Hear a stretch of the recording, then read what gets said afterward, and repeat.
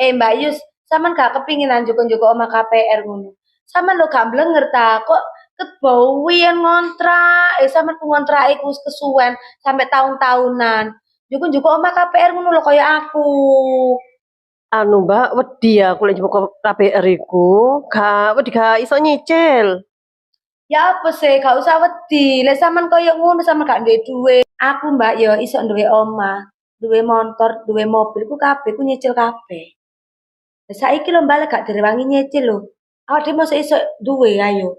Lek duwe cicilan ku enak Mbak, kerja ku dadi semangat. Kok aku ngene ku semangat soalnya ngerti engko tanggal 1 ki wayahe bayar cicilan, ngono.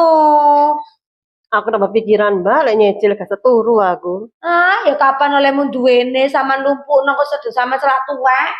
Yo iki makane aku ndek titik nabung, nek engko lek wis ana jangkep, baru tak tukokno. Ngono lho wis dungakno ae rezekiku lancar.